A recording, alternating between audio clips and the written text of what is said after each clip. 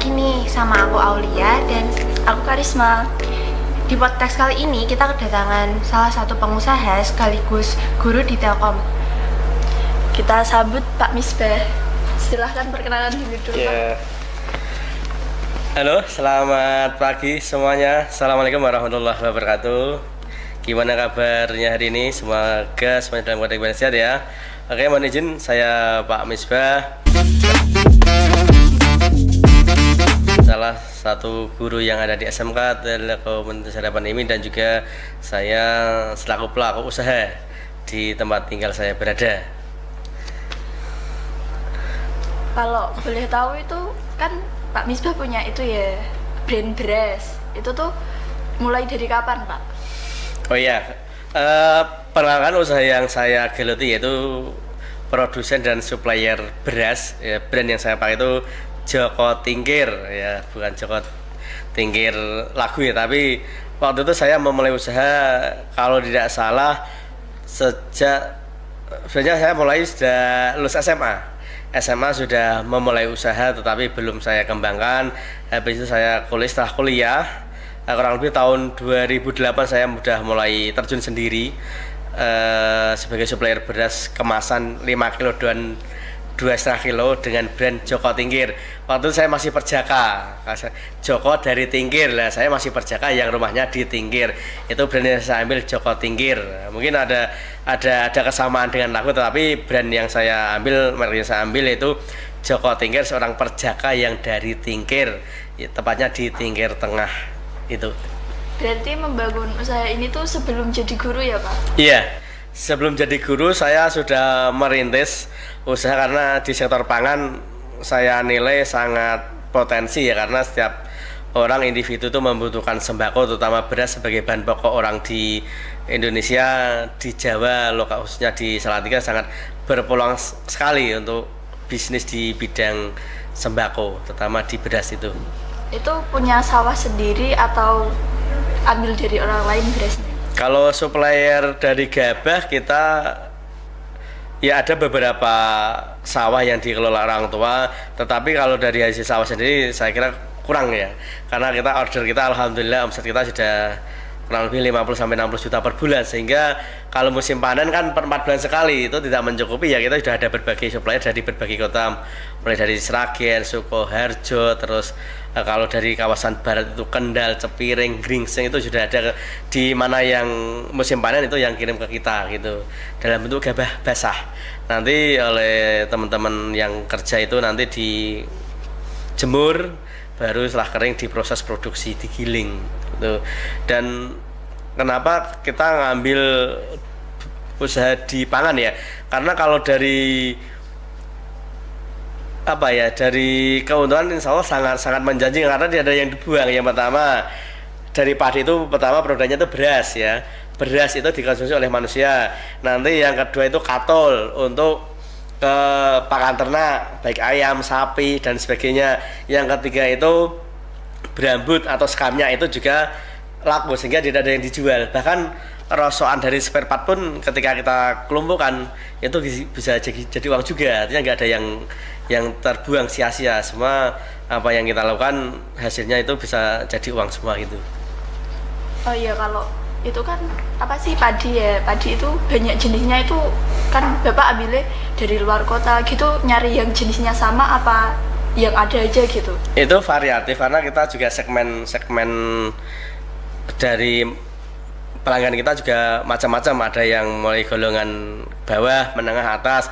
Kalau golongan menengah atas itu ada jenisnya pandan wangi, terus mentik wangi, dan itu lebih cenderung laku ke daerah yang Ungaran ke utara, Ungaran, Gunung Pati, Semarang itu lebih laku yang mentik wangi. Kalau yang pandan wangi itu lokalan juga sudah laku dengan harga yang paling tinggi, karena itu berasnya Sultan ya, karena itu berasnya itu sangat pulen wangi. Kalau menengah ke bawah itu ada GH, ada Sempat. Kalau untuk konsumen yang kuliner untuk membuat nasi goreng itu jenisnya jenis umbul. Artinya yang nasinya itu ambiar, enggak pulen gitu, sehingga ketika diproses buat nasi goreng itu lebih mudah dan hasilnya lebih baik. Tergantung segmen mana yang membutuhkan gitu. Oh, berarti gitu ya Pak.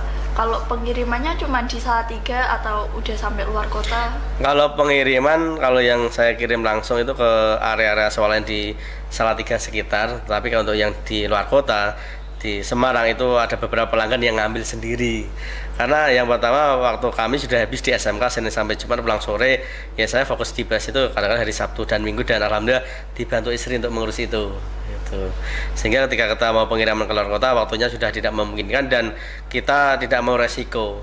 Pengalaman kami tahun-tahun sebelumnya, kalau kita pengiriman ke luar kota, barang kita kirim belum dibayar sampai tempat, nanti dihutang. Nah itu resikonya seperti itu. Tetapi atau yang konsumen datang ke rumah itu kan mereka semuanya bisa membayar cash transaksi di rumah itu.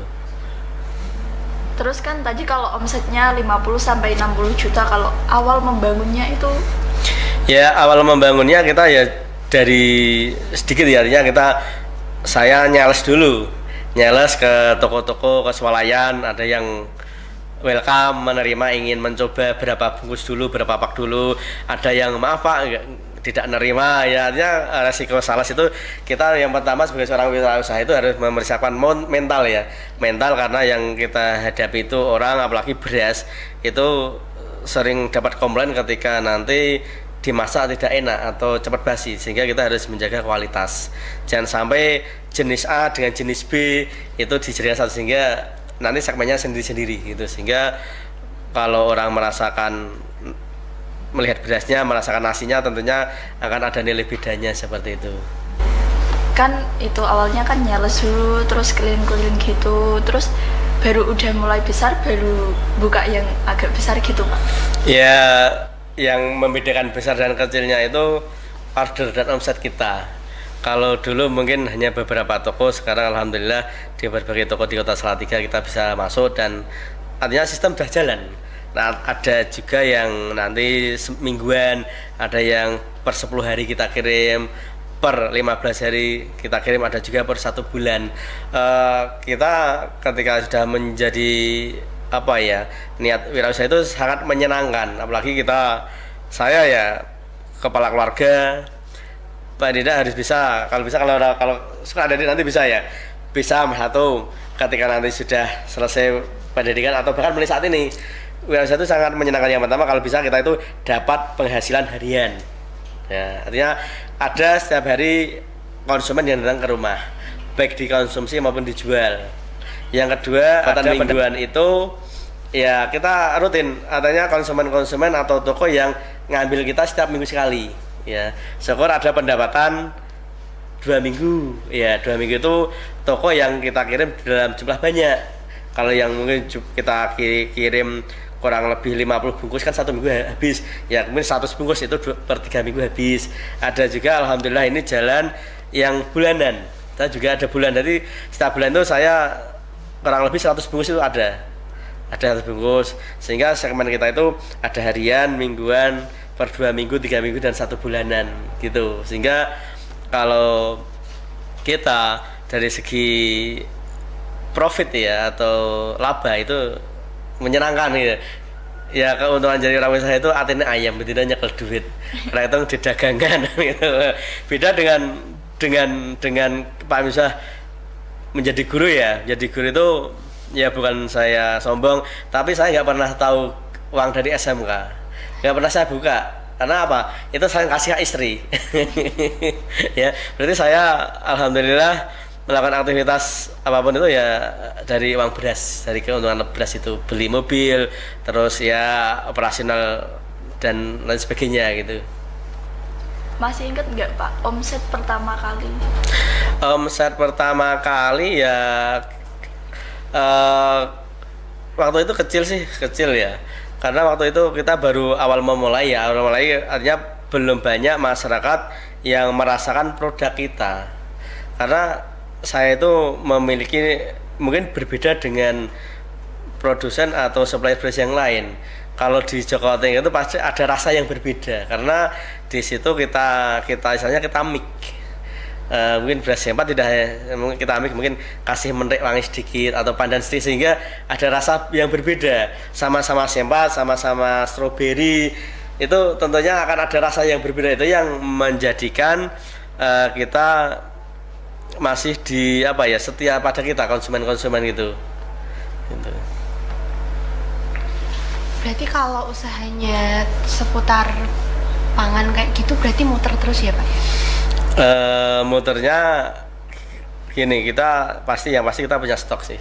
Punya stok, yang pertama stok di gudang yang masih packing 25 kilo, nanti harusnya kita sortir ya. Kadang-kadang kan dari penggilingan itu mungkin masih ada batunya, karena pengeringan kan di lantai ya, di lantai pakai ubin itu mungkin ada, apalagi habis perubahan cuaca dari panas ke hujan itu kan plesteran yang ada di lantai itu rata-rata kan rusak. Nah itu bisa jadi satu sama gabah, nanti setelah jadi beras kita sortir, jangan sampai ada kerikilnya, ada kotorannya, mungkin kotoran dari apa itu, dari berambutnya, sekam yang belum terbersihkan kita sortir, baru kita nanti packing yang stay di gudang atau di rumah, dan juga stok opnam yang ada di toko. Jangan sampai kita mengecewakan toko. Ketika stok di toko berkurang itu akan mengecewakan konsumen. Ketika kita belanja ke toko A ya, mau cari beras merek Joko Tingkir, kok enggak ada, lah dia nanti bisa lari ke toko yang lain. Nah itu yang kita jaga sama teman-teman toko ya, teman-teman swalayan, bagaimana selalu kita komunikasi aktif ketika stok opnam yang ada di toko sudah menipis, langsung calling kita. Sehingga saya alhamdulillah mitra saya itu sangat kooperatif. Kita nggak perlu saya datang ke toko untuk cek barang stok opnam, barang yang ada di display. Mereka Pak, stok sudah menipis, nah sehingga saya kirim, sehingga stok opnam di toko itu aman, dan konsumen ketika mencari produk Joko Tingkir juga selalu ready di toko-toko yang tersebar di Salatiga dan sekitar itu. Kalau ini kan dikatain kecil juga enggak ya Pak, usahanya ya besar. Itu pegawainya banyak nggak, kayak puluhan gitu? Kalau pegawai nggak banyak, karena kan di sektor apa itu produsen beras atau penggilingan kan kita ada 3 sampai 4 orang sih, 3 sampai 4 orang, nggak terlalu banyak gitu. Gitu. Karena kan pekerjaan yang sebenarnya sangat simpel ya, cuman dibutuhkan tenaga yang kuat karena kaitan dengan angkat junjung gitu toh, angkat junjung itu. Gitu. Kalau itu per bungkusnya kan 5 kilo, iya. Itu harganya berapa? Bisa di itu sekali? Oh, kalau harga sangat variatif ya, kita ada jenis C4 Joko Tingkir itu saat ini kalau harga beras sudah agak menurun. Kalau yang kelas medium paling 65 sampai 68. Untuk premium itu bergerak sampai 70 sampai 73. Tergantung apa itu kondisi berasnya, kan beras ketika kita saring patahannya atau menirnya kan kita turunkan, itu masuk kategori beras premium, artinya berasnya yang besar-besar. Itu yang segmen paling rendah. Yang kedua itu ada strawberry itu antara C4 kita mix dengan pandan atau mentik wangi, itu mempunyai rasa yang berbeda ya. Terus di atasnya ada cap GH itu bergerak antara 76 sampai 77 untuk saat ini. Terus untuk yang paling tinggi ini berasnya Sultan, itu pandan wangi, saat ini bergerak harga 87. Itu per 5 kilonya. Kalau mentek wangi 85. Yang paling tinggi saat ini pandan wangi. Ada pesan sama itu nggak buat anak muda kayak kita biar bangun usaha semangat gitu? Oh iya, buat adik-adik semua, karena usaha itu tanpa mengenal umur. Artinya ketika adik-adik saat ini masih menjadi siswa SMK bisa nyambi ya, tergantung passion, minat, bakat yang ada dimiliki ya. Seumpama ada yang dari daerah pegunungan, dari daerah Getasan ya, sana kan sentra sayur, mungkin orang tua atau tetangganya dibantu untuk menjualkan lewat medsos ya. Nanti ambil dari petani sayur, nanti dijual lewat medsos, ambil keuntungan. Apalagi ketika ada dia bisa masuk ke segmen-segmen keswalayan, itu nilai profitnya sangat tinggi. Artinya kalau bisa lulus SMK itu tidak hanya jadi karyawan, karena kita ingat pesan moral dari pengusaha sukses ya, Bob Sadino, setinggi apapun jabatan ya yang kita miliki, ketika itu bukan milik kita ya kita karyawan. Tetapi sekecil apapun yang kita miliki, ketika itu usaha kita sendiri, kitalah ownernya, kita bosnya. Sehingga ya memang di wirausaha itu ada tantangan, ada kesiapan mental, ada resikonya ketika kita belajar, dan insya Allah dari hasil pengalaman yang pahit, pengalaman yang tidak baik ya bisa untuk memperbaiki di waktu yang akan datang. Yang penting kita jujur ya, jujur, tidak mengurangi timbangan, selalu amanah, dan satu kalau bisa menjauhi riba, sehingga uang yang kita kelola itu bukan uang pinjaman dari bank atau pihak manapun, sehingga ketika profit itu kembali ke kita sendiri 100%, bukan kembali ke bank. Kalau kita modalnya pinjam ke bank ya ada pembagi, nanti profit kita kecil, yang besar untuk bayar angsuran ke banknya. Kalau bisa itu tidak perlu usaha dengan modal yang banyak, kita mulai yang penting punya tekad yang kuat, diawali dengan rasa jujur ya, terus amanah dan jauhi riba. Itu insya Allah kunci buat adik-adik nanti ketika berminat menjadi orang wirausaha. Saya doakan ya, syukur punya pekerjaan formal seperti Pak Misbah, jadi seorang guru dan punya pekerjaan yang insya Allah hasilnya tidak kalah dengan yang lain. Itu mungkin itu pesan buat adik-adik semua. Tapi kalau kami anak muda kan ada yang bergengsi gitu loh Pak, gengsi mau bantuin orang tua, gengsi mau bangun ini, itu cara ngatasinnya gimana Pak? Lah, akan ada masa suatu saat kalian akan apa ya, akan mentok ya, nggak ada uang, minta orang tua nggak dikasih ya, harus kreatif. Artinya peluang-peluang apa yang bisa saya lakukan yang bisa profit. Sekarang kan HP ya, setiap anak punya HP, di situ ada medsos, tawarin aja lewat medsos, pre-order, buka order gitu. Insya Allah dengan sedikit-sedikit kita akan menjadi apa ya, dengan belajar, dengan nanti akan meningkat. Yang penting ada kemauan yang kuat. Saya yakin itu akan ada jalan untuk sukses seperti itu. Iya. Ya sekarang kan wirausaha itu sangat tepat bagi siapapun. Artinya tidak mengenal umur. Ya tidak mengenal umur. Ketika adik-adik di sektor pendidikan, bawa aja pensil. Ya, temannya saya yang butuh pensil siapa? Laba nggak usah lama, ambil laba 500.000. Kemudian Pak Zubah kan selain usaha itu kan juga ada kantin ceria ya, kantin ceria yang ada di belakang itu juga sektor usaha Pak Zubah. Kemarin ketika ada tawaran saya ambil, itu juga profitnya sangat lumayan itu ya. Kita ambil keuntungan per bungkus nasi 1.000 sampai 500 lah. Ya tetapi berapa ratus pak nasi per hari ya, kali 5 hari ya lumayan. Ya selain itu kepuasan kita menjadi seorang usaha itu kita memberikan manfaat berat orang lain. Artinya kita bisa menggaji orang lain, ngasih upah orang lain itu punya keluarga, dia bisa menghidupi keluarganya.